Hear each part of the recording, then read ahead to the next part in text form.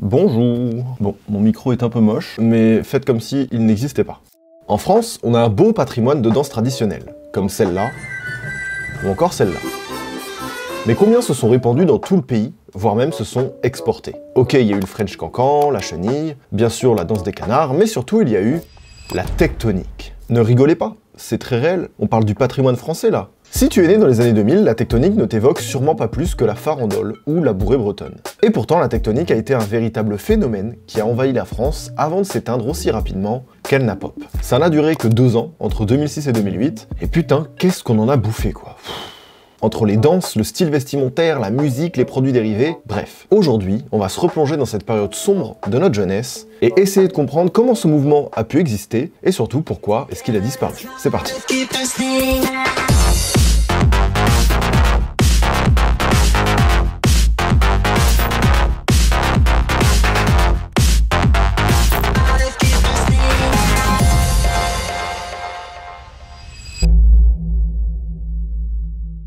Au début des années 2000, la musique électro continue son expansion et se propage dans les boîtes de nuit européennes. Que ce soit en Belgique, aux Pays-Bas ou en Angleterre, tout un tas de clubs diffusent différents genres d'électro, comme le hardstyle, le jump style ou encore la minimale.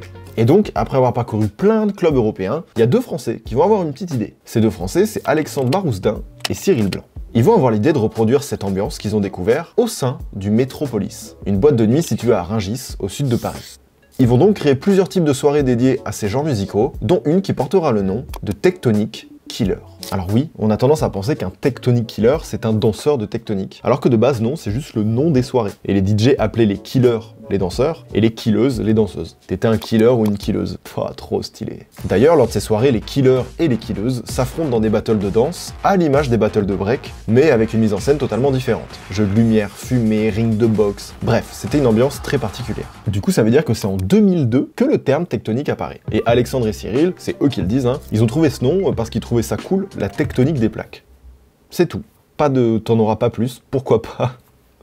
Ils ont sûrement eux aussi une liste de mots qu'ils trouvent cool. Bon bref, dans tous les cas, ça viendrait de là.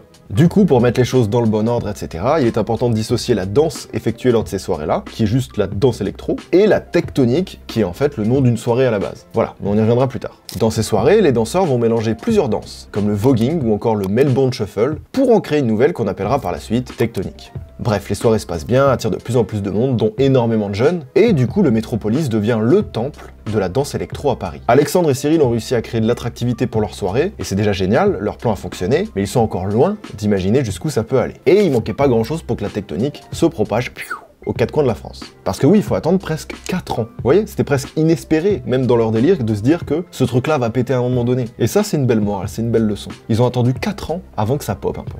Et comme très souvent, pour populariser un truc, quoi de mieux que... En 2006, une vidéo va pop sur YouTube. C'est celle d'un danseur du nom de JJ qui fait tout simplement de la danse électro dans son garage. Ça n'a l'air de rien, comme ça, mais cette vidéo va juste tout péter pour l'époque et atteindre le 1 million de vues. L'ADN du mouvement était déjà présent dans cette vidéo. Le jean troué blanc bien rentré dans une paire montante, le t-shirt trop court laissant apparaître la ceinture argentée, la coupe de cheveux, bref, le décor était planté. Je sais que certains d'entre vous vont culpabiliser car tout simplement, vous vous en souvenez. N'ayez pas honte, d'accord ? Plus tard, le style va évoluer et s'approprier les codes d'autres mouvements, comme par exemple les crêtes issues du punk, les vêtements collants du style emo, et surtout la ceinture à LED, là où on pouvait marquer ce qu'on voulait dessus, ça venait juste du futur en fait. Et suite à la vidéo de JJ, des milliers de jeunes vont trouver ça cool et se dire « Putain, mais ce truc est cool, moi aussi je veux être cool !» Et ils vont rejoindre le mouvement et se mettre eux aussi à partager leur danse. Alors à cette époque d'internet, on partage ça sur MySpace, sur YouTube, mais aussi Skyblog. Rest in peace. À cette époque, il existe près de 10 millions de skyblogs. Alors pour nous maintenant, c'est évidemment plus difficile à imaginer, mais il faut se rendre compte que la tectonique était partout à l'époque. À partir du moment où les blogs les plus populaires, c'était juste des blogs consacrés qu'à ça, ça dictait juste ce qui était cool ou pas cool. Et à ce moment-là, c'est le truc le plus populaire, donc on dit « ça c'est cool ». Le mouvement devient donc un phénomène et se propage dans les lycées, dans les collèges, même dans les rues, où les danseurs se rejoignent pour danser autour d'un lecteur CD. Tah l'époque. Et forcément, quand un truc devient si populaire, il y a des gens qui vont commencer à vouloir se faire de l'argent dessus. Évidemment. D'ailleurs, en parlant d'argent, cette vidéo est sponsorisée. Je plaisante. Et de vouloir faire un business de cet effet de mode des collèges et des lycées, c'est ce qui va permettre de rendre le mouvement encore plus attractif et le démocratiser encore plus. Mais c'est aussi ce qui va commencer à amorcer sa chute. Alors, parmi les personnes qui vont vouloir capitaliser sur le mouvement, on retrouve notre très cher Alexandre Barouzdin. Si vous avez suivi, c'est l'un des créateurs des soirées tectoniques, initiateur du mouvement, on va dire. Bref, il perd pas le nord. Il se dit, il y a un truc à faire. Ce gars-là avait fait des études de commerce international, et en voyant l'ampleur que prend le mouvement, il va flairer le bon coup, et vite déposer le terme tectonique pour en faire une marque à part entière. La fameuse marque avec l'aigle et l'inscription tectonique en plein milieu. Et ben avec cette marque, Alexandre va capitaliser sur ce mouvement qui est en train de conquérir la France en proposant tout un tas de produits brandés à l'effigie de la tectonique. Des t-shirts, des ceintures, des mitaines, des bracelets, des fournitures scolaires, des téléphones, des chewing-gums, une boisson énergétique, même un jeu DS. Le classico de l'élève surpassant le maître. Et une fois... Qui a joué à ça?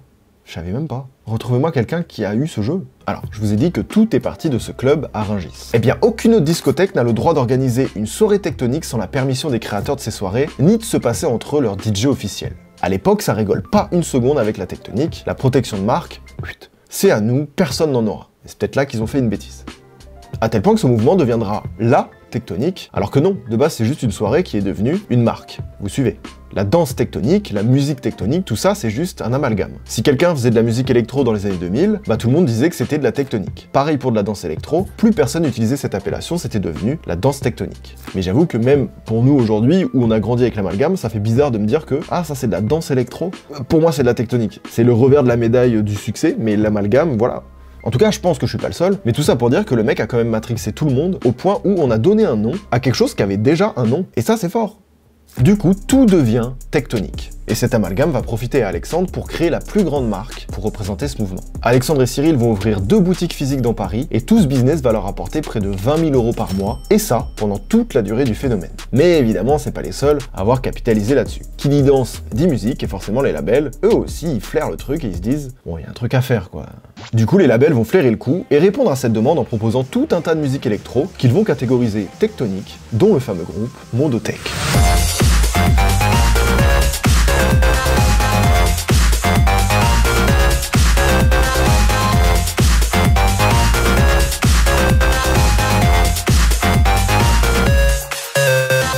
Pour ceux qui ne connaîtraient pas, c'est genre l'hymne de cette période. Mais ce qui est intéressant, c'est qu'on pense que Mondotech, c'est eux, alors que pas du tout. C'est un duo de DJ allemands composé de Danny Dagard et Steve Moran. Mais le bon coup, c'est d'avoir recruté pour le clip les danseurs les plus populaires, Lily Asian, Karmapa et JJ. Sauf que lorsque Universal va sortir le DVD Génération Mondotech, Cyril Blanc, l'un des 2 créateurs, qui entre-temps a vendu les droits à EMI, menace de faire un procès. Et là, la guerre commerciale est déclarée. JJ est le premier à dénoncer ce qu'il considère comme de la récupération, tout comme beaucoup de membres du mouvement. Par exemple, DJ Fozzy Beer, un lycéen de 19 ans créateur de Dance Generation, c'est-à-dire le premier blog consacré au mouvement en 2006, dénonce que les gens du Métropolis sont des businessmen trentenaires qui récupèrent la vague électro des ados sous leur nom de marque. Pour eux, le mouvement n'est pas exclusif du Métropolis, mais de plusieurs boîtes parisiennes. Et donc du coup, des gens boudent un peu nos 2 créateurs des soirées, parce qu'ils ont voulu s'accaparer le truc un peu... c'est peut-être ce qui va éteindre le mouvement aussi. D'ailleurs, une autre musique va tout casser à l'époque, c'est One Desire de Jakarta, et c'est un duo de DJ français.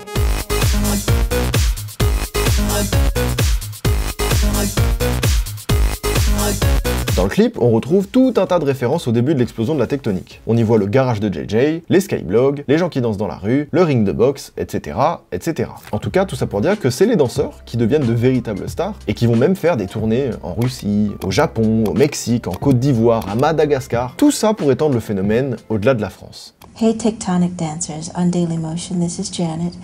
I love what you're doing. Keep up the good moves and the positive energy. Alors je trouve ça fou quand même, je connais pas d'autres exemples similaires dans la musique où les danseurs sont juste plus célèbres que les compositeurs. Et donc cette époque dont je parle, c'est un peu l'apogée aussi de ça. À tel point que tout le monde surfe sur cette vague. Que ce soit les jeunes artistes, les gens qui étaient là depuis longtemps, il y a genre Laurie. Je pense aussi à des artistes émergents comme par exemple Yel, qui à l'époque, avec le remix tectonique de À cause des garçons, elle va se révéler aux yeux du grand public.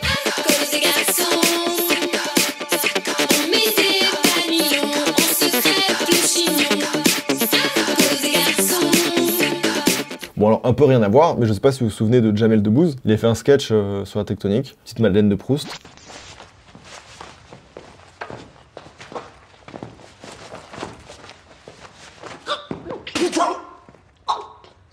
Mais enfin bon, si t'as vécu en France en 2007, c'est quasi impossible d'être passé à côté de ça. C'est tellement devenu hype que même des gens comme Madonna ou Janet Jackson font appel à des danseurs de Tectonic pour performer pendant leurs concerts. Alexandre Barouzdin, le créateur de la marque Tectonic, va même passer un accord avec le groupe TF1 pour exporter à l'international de nombreux produits dérivés. Donc là, t'arrives à un moment donné où dans les livres d'histoire plus tard, on t'expliquera que la France exporte le vin, exporte le fromage AOC, mais exporte aussi la Tectonic. Bref, difficile à croire que tout ça va s'arrêter subitement, et pourtant... Nous sommes maintenant en 2008, seulement quelques mois après l'apogée de la Tectonic, et tout va commencer à...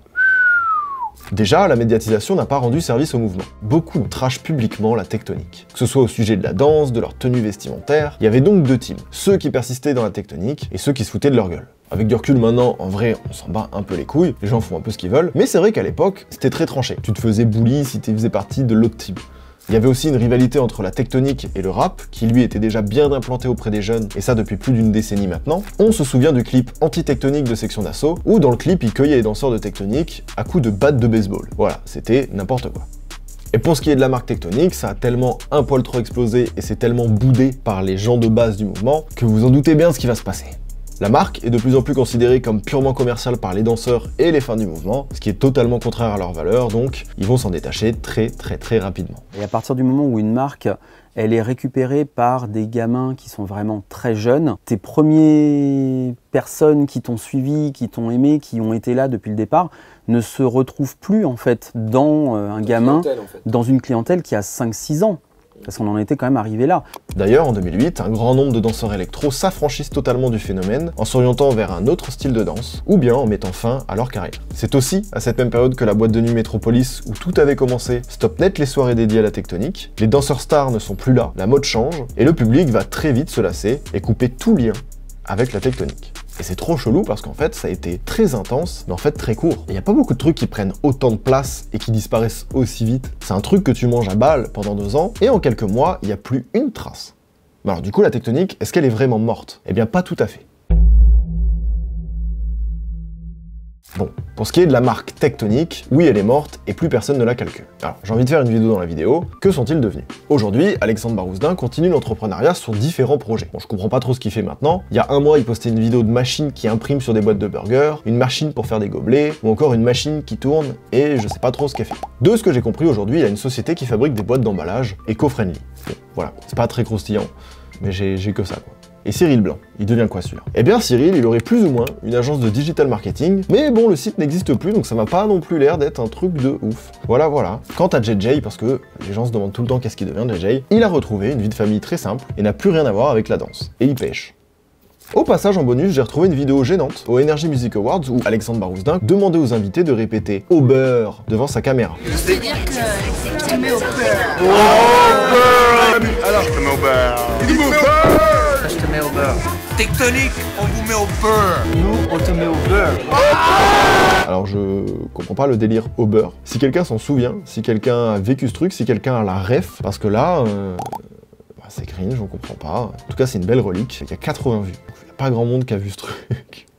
Certains sociologues, comme Michel Fize, expliquent la fin de la Tectonic par l'absence de messages et de revendications, contrairement au rap ou au rock. C'est vrai que ce phénomène n'avait juste aucun fond, et c'était purement de l'amusement. C'était juste un truc presque mort-né. Parce que lorsqu'une sous-culture revendique genre rien, bah faut pas s'attendre à ce que ce truc reste. Là, dites-vous que le truc a explosé au point de finir dans des pubs, bah on sait très bien que ça peut pas durer dans le temps. On va vite s'en lasser.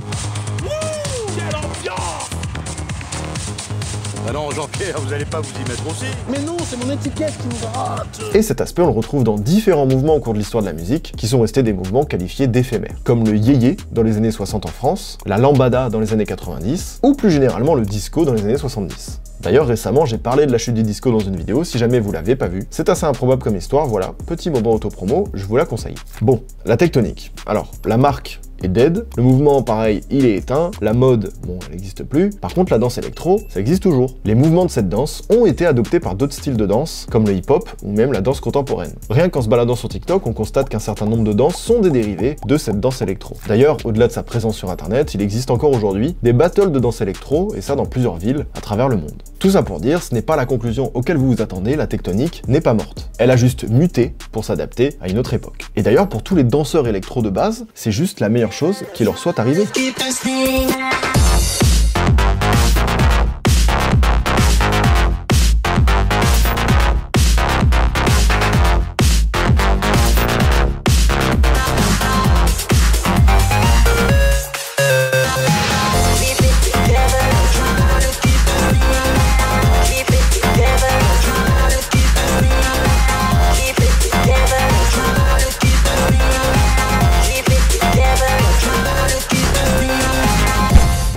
C'est à peu près tout ce que je pouvais dire sur ce phénomène. Pour les plus vieux d'entre nous, j'espère vous avoir rappelé pas mal de souvenirs, et pour les plus jeunes, c'était l'occasion de vous partager cette période de malaise qu'on a subie.